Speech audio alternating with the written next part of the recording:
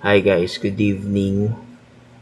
Today is Saturday, and I just want to make an update about uh, what happened in my checkup kanina sa Manila Doctors. First time ko nagpunta doon and first time ko din nag-thorough check-up with my nephrologist. Nephrologist is yung doctor sa kidney, specializes in kidney. So, si Dr. Ke, nakakapag-round siya sa dialysis. Minsan na-check niya ako pag naaabutan ko siya. Pero madalas hindi kasi may mga rotation yung mga doctor doon. Walang in-house doctor, so parang sobrang timing lang minsan pag nakikita ko siya. Tapos siya yung nephrologist na katanong niya talaga sa akin nung unang kita namin. Nagsishrink yung bones mo, no? Lumiliit ka nung ganyan. Sabi ko, hindi ko alam to, pero parang oo. Tapos sabi niya, titignan ko yung IPTH. Kasi ko ano yung IPTH? Like, it's siguro parang hindi naman first time, pero parang na-curious ako when I heard that. Sabi niya yung IPTH yung sa parathyroid, yung intact parathyroid yung dito sa yung nagpo-produce ng correct me if I'm wrong, parang magkakaintindi ko yung parang parathyroid hormones or what. And then since binabalance siya ng kidney, since wala ng kidney ako na nagko-function for that, parang pag naging abundant na siya sa katawan, nanghihina yung buto. Kumbaga parang kung yung buto ko wala na siyang strength or wala na siyang laman, like that. So kung napansin nyo, just na nakita sa akin personally, medyo payat yung legs ko, ganyan. Tapos may deformity na nga sa akin. So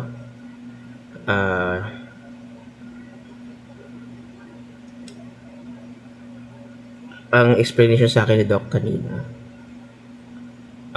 kasi dati medyo nung kalakasan ko or kataba ako, medyo malapad yung shoulder ko or medyo bulky ako kasi matabang ako, diba? Tapos ang height ko before, alam ko na sa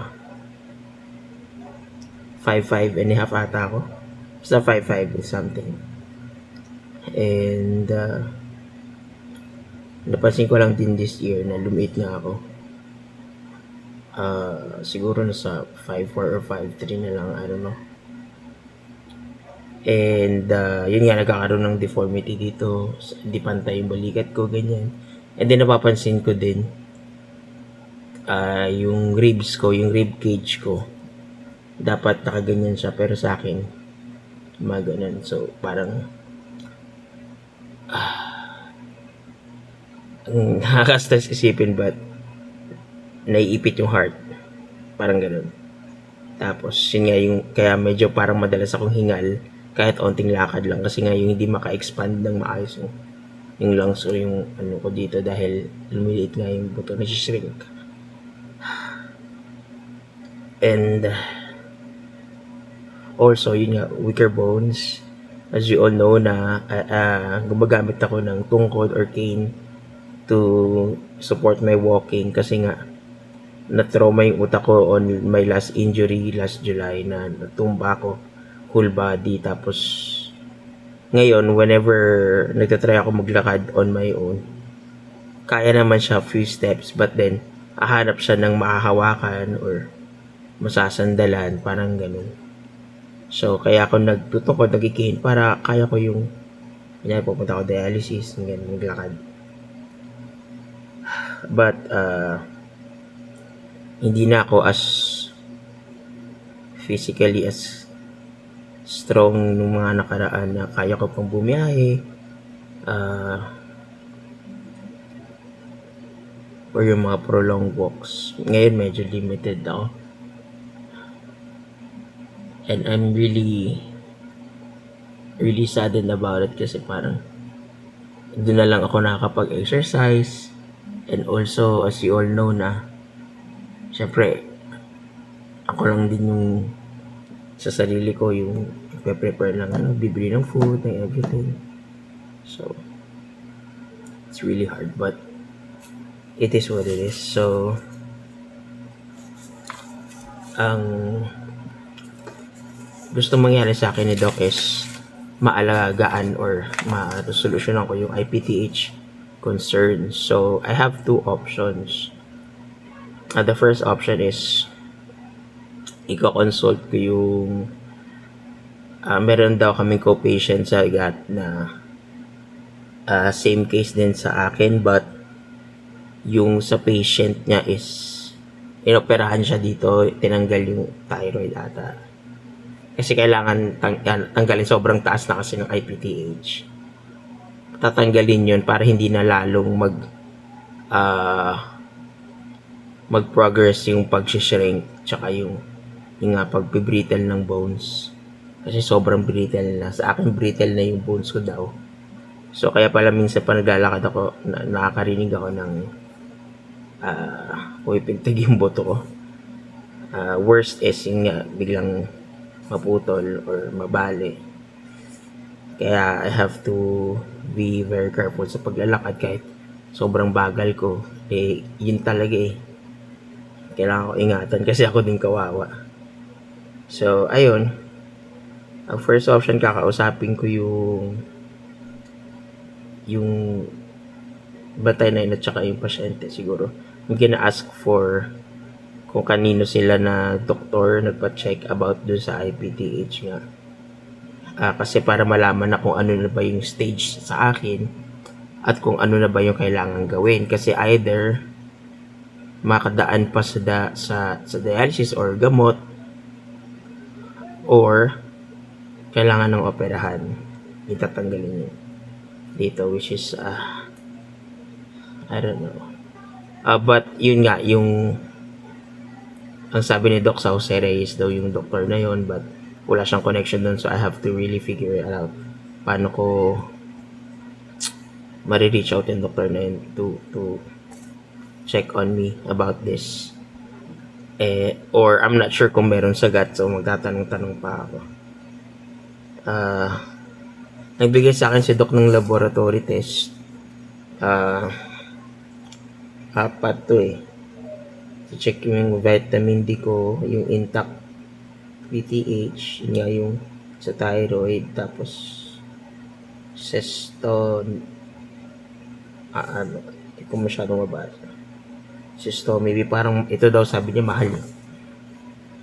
Mahal na to na laboratory and wala daw to sa GAT. So kailangan ko maghanap ng way kung paano ako makapag laboratory nito. I don't know. I'll update you kung whatever's gonna happen here. But so far, please samahan nyo ko sa panalangin and sa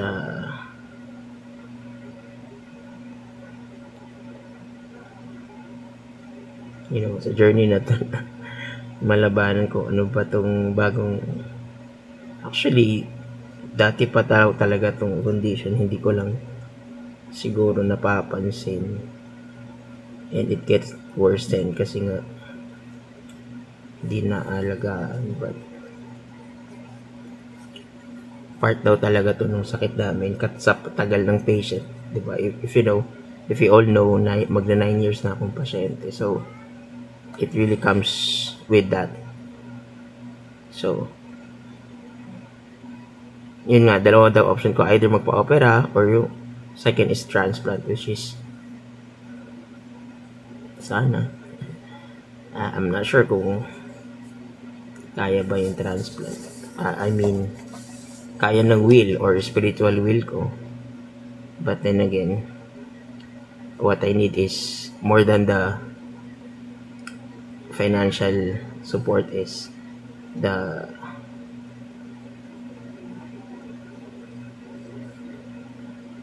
support that I needed sa paglakad ng mga documents, pagpasa sa gate, pagpunta dun sa gate, ganyan. which is I don't have the luxury, so it's really hard on my end. Pero sabi nga ni Doc, i-let go ko yung mga bagay na hindi ko hindi ko kaya or hindi ko hawak. Focus na lang ako on what I can do, which is this. So I pray na magawa ko ng paraan na makapag-laboratory ako nitong mga kailangan, kasi hindi siya available dun sa monthly panel na laboratories namin sa dialysis. So siguro it will cost, I think, around more or less nasa 2 or 3,000 to. I'm not sure. It could go above kasi medyo complicated daw tong laboratory na to. And then if ever na worst case scenario is kailangan ako operahan, so I need to be admitted on, I don't know kung Jose Reyes or Hospital ng Maynila. So kailangan ko ding lakarin yung if ever pwedeng i-dial sa guarantee letter yung magkagastos sa operation.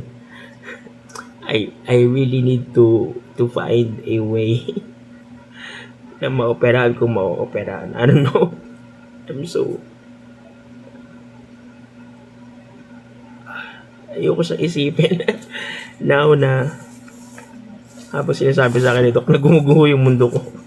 But I don't know, laban lang. Positive lang. It is what it is. So nagtanong naman ako, Doc, kung mayroon ba akong parang pwedeng inumin or renal drink na pwedeng makatulong sa buto ko or lumakas man lang kahit papaano yung muscle ko sa paa, makatayo man lang ulit ng matagal-tagal or makapaglakad ng, alam mo yun, ng walang tungkod. So nag-offer siya ng suggestion about itong Novasource, parang gatas ata to or what, ang renal drink formulated for us patients. Pero sa Mercury ata ito nabibili and medyo pricey daw. So I don't know paano ba. Ito siya. So may isa pa siyang ni-recommend, mas mura daw kasi, pero baka hindi ko daw magustuhan. So yung number 1 pa rin yung recommended niya, vanilla flavor na parang gatas. So I just do. And then kung magawa ko man tong laboratories, God willing, siguro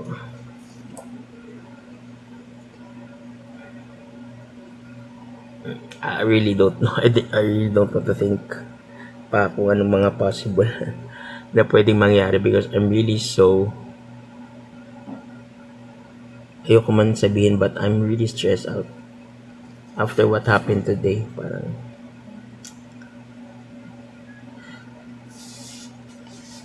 kakatapos lang nung sa dugo, and then ito naman parang I don't know guys, parang hindi ko alam. Dapat positive lang tayo, di ba? Gusto ko laban pa rin tayo. Mahirap lang na, diba, I have to be honest also with myself, nahihirapan din ako, and hindi ko din alam sa ko huhugutin to or what, pero Lord, I still have faith. I really, alam ko malalagpasan ko to. I've been through a lot. I've been through worse siguro. But this is another level of scary situation for me. Kasi yung sinabi ni Doc na pag nag-worsen yung IPTH concern. Bukod sa deformity, magkakaroon ng changes sa mukha ko. Like,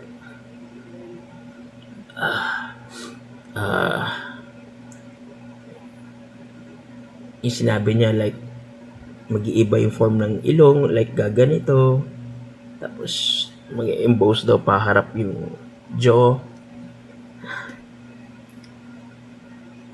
Actually, di ako dun concern sa mukha, sa itsura. Wala naman ako dun.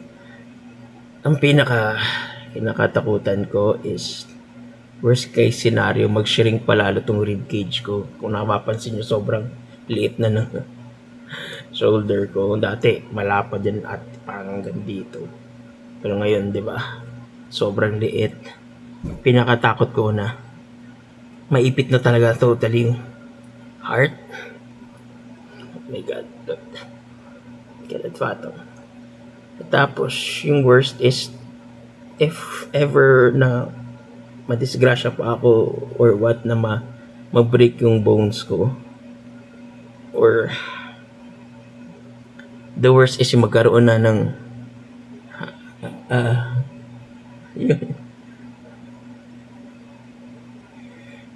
the worst is yung hindi na makarecover completely yung lower part ng katawan ko, na magiging either wheelchair or bedridden stretcher na ako for life. Yun yung case ng isang patient dun sa amin na nasalba sana yung IPTH niya, nagamot, na operahan siya, but since nauna yung pagkabasag ng buto niya before siya na-operahan sa thyroid, hindi na siya nakarecover. Until now, nakikita ko siya, naawa ko in a way, pero lagi nakangiti yung babae na yun, yung pasyente. Pero titignan ko, sabi ko, Lord, gabi, hindi man lang siya makaupo sa stretcher, talagang flat siyang nakahiga. Ay, pag tinadialysis natin siya, dinadala siya ng ambulance yun sa dialysis, pati pa uwi. Alam mo, parang, paano ko yung normal day niya, Lord? Parang, nakahiga na lang siya forever. Sabi ko, Lord, ayoko maging ganun. Ayoko yung gulay ako. Dahil naranasan kong maging gulay ng pandemic. And it really frustrates me for someone na alam kong kaya ko pa, di ba? Ayoko matanong ganun. Parang, Lord, paano? Hindi ko alam. Sorry, umiyak ako. But ayoko mapakita sana ng emotion, but hindi ko kaya. Hindi ko na kaya. Hindi ko na kayang itago na malakas ako in front of you, but really, guys, I'm really broken. But don't get me wrong.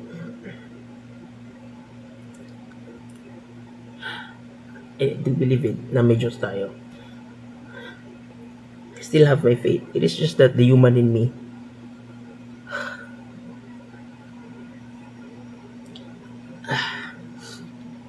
yung reality ng situation ko na ganito, na kahit anong positive na sinasabi ko sa inyo or ngiti, behind that, ito yung nilalabanan ko everyday. Yung takot na maging useless na talaga ako. Yung ganun, yung takot na buhay nga ako pero, nakahiga na lang. Yung ganun. Lord, ayoko.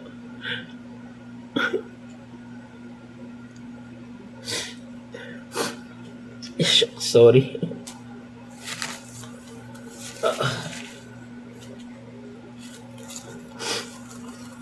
Ewan ko, di ko alam kung i-upload ko ba to, but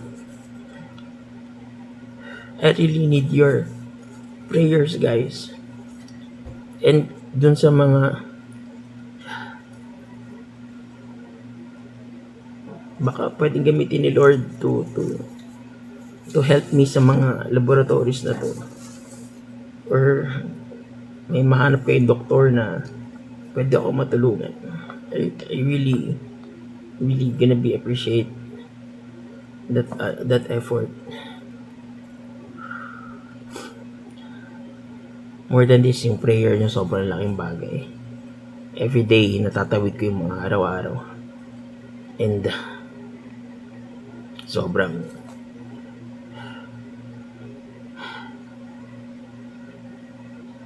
I will pray on it tonight. I will sleep on it. And bukas I hope I can go to church. I mean, sana pagising ko okay yung legs ko, kaya ko.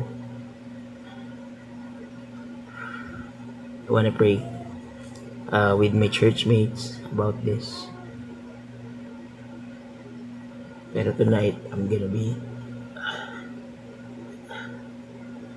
dealing this with the Lord, and I really do hope na kung ano yung will niya, yun talaga yung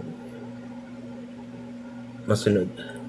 Kasi to be honest, tanggap ko naman na kung anong pwedeng mangyari or what. Ang pinaka takot ko lang siguro is yun nga, yung separation anxiety, and gusto ko pa sanang, alam mo yun, ma-enjoy yung life. Gusto ko pang tumanda, gusto ko pang magkapamilya, gusto ko pang magkaapo. Maliliit lang na bagay siguro yun, but for me, it's really big. So, mahaba na yung video, sorry.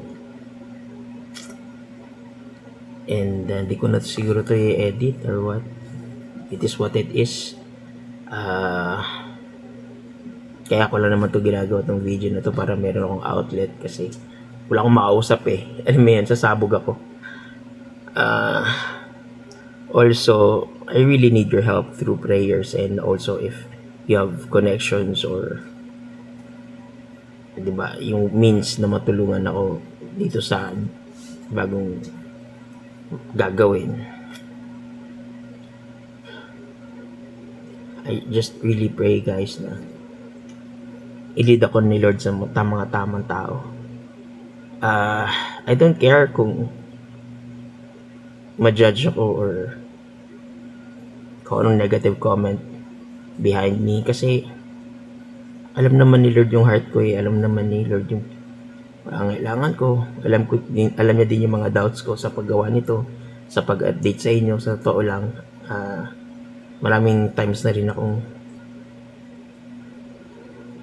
or mga videos na di ko lang ina-upload kasi nga, huwag na lang, baka ma-judge ako, mga ganun. But then, a brother of mine in spirit encouraged me na you have to do it. I have to share it kasi may mga tao na they find inspiration daw sa life story ko, na kahit mahirap or ganito, nakakaya pa rin. Huwag ko daw isipin yung mga negative. So, yeah, that's one of the reason kaya kahit siguro kasawa na kayo sa mukha ko or what, sa mga update ko puro problema. Actually, it's my way of also sharing my testimony to you guys, na even though na sobrang hirap talaga ng life, o lalo na lahat naman tayo mahirap, may kanya-kanyang problema tayo, but sorry, in this situation of mine na kahit ganito ka medyo complicated, I really still have faith in our Lord, na alam ko siya yung may paraan, siya yung hindi tayo papabayaan, and kailangan ko lang siguro talaga tong pagdaanan para ma-mold ako lalo in my faith, in my spirit, and also yung mga taong nakakakilala sa akin na ma-realize nila how God is really alive and moving sa mga buhay natin. Pansinin man natin ito o hindi, reality yun ng buhay natin. So siguro yun na talaga, kaya yun din yung lakas ng loob ko kaya ako nagpo-post na ito, despite sa gusto ko talaga medyo may privacy, but I really have to do it. So ayun lang, mahaba na. I update you siguro once if ever may progress dito Ang sabi sa akin ng doktor, pwede ko daw ito ilapit kay Yorme. To be honest, I really don't know how to do it right now on my end kasi limited lang yung resources ko magbiyahe-biyahe sa mga lakad na ganyan. And also, yung kaninang check-up ko actually was sponsored by my co-patient. And I really thank God for that person. Kasi kung hindi niya in-sponsoran yung check-up ko, hindi ko malalaman to. And it could be dangerous in the long run if ever hindi nangyari yung check-up. So, ayun. Also, nagpapasalamat ako sa other co-patients ko pa na nagpapalakas ng loob ko, nagpapalakasan kami ng loob through our testimonies, encouragement sa faith. And syempre, yung bonding na din namin na parang din kami mag-classmate, magkakapatid na rin sa dialysis.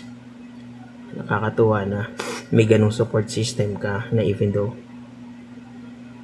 coming from stranger, it feels like a family mo na din sila. So, nagpapasalamat ako, kilala nyo na kung sino kayo. And also, sa lahat ng mga taong walang sawa, nagpipray, nangangamusta, tumutulong sa akin in any way. You know who you are. God bless you more and more. And I am forever grateful. Alam ni Lord yung heart ko towards sa inyo na hindi ko man maibalik ng material na bagay, but my heart and prayers towards you people are much for me is very abundant. And ayun, I just wanna pray, Lord, to whomever is watching this video, they may not be have any direct relationship sa akin, or I may not don't know them personally, but I pray, Lord God, na while they are watching this, please touch their hearts, Lord God, na ma-realize nila na meron pa rin talagang Diyos, na hindi kami pababayaan despite how painful the situation is. Mas tumatatag yung faith, mas tumatatag yung hope namin na hindi mo kami iiwan, Lord. And patuloy kaming lalaban. Patuloy po akong lalaban sa buhay, Lord God, kahit mas maging mahirap pa, dahil naranasan ko na po personally yung mga bagay na sobrang nag-test na ng faith ko. But here I am, Lord God, still alive in your grace. And I am all lifting this up to you, Lord God. Ikaw po ang dahilan. Ikaw po ang source, Lord. And I really am nothing, Lord God, without you sa side ko. And to us, Lord God, your followers, or those people who believe you, Lord God, or find you in this situation, I pray, Lord God, that we commit our lives fully, Lord God, to trust you and to really seek you, Lord God, and to have a good relationship and a solid relationship with you, hindi lang seasonal but through our lifetime here, Lord God, and enjoy your loving mercy, Lord God, in heaven one day. Thank you, Lord, for this. And to all you brothers and sisters, I pray that the Lord will comfort you for tonight's sleep and for tomorrow's ministries or church. May He protect you on your travels and also the whole family. May you not be able to feel any sickness throughout the night. May you sleep in comfort, knowing that you have a God that will take care of you as you sleep. And I thank you for this person that is watching this video right now. I thank God for your life, for your prayer, and for whatever connection we have. I praise the Lord. So, thank you in Jesus' name. Amen. So, yun. Mahaba na. 30 minutes na yung video. So, I'm really sorry. But if you're still on this video right now, I thank you. And I'll update you guys soon if ever there's a progress here. And yeah, take care so much. And happy Sunday ahead. Blessed Sunday. Family Day. And God bless you.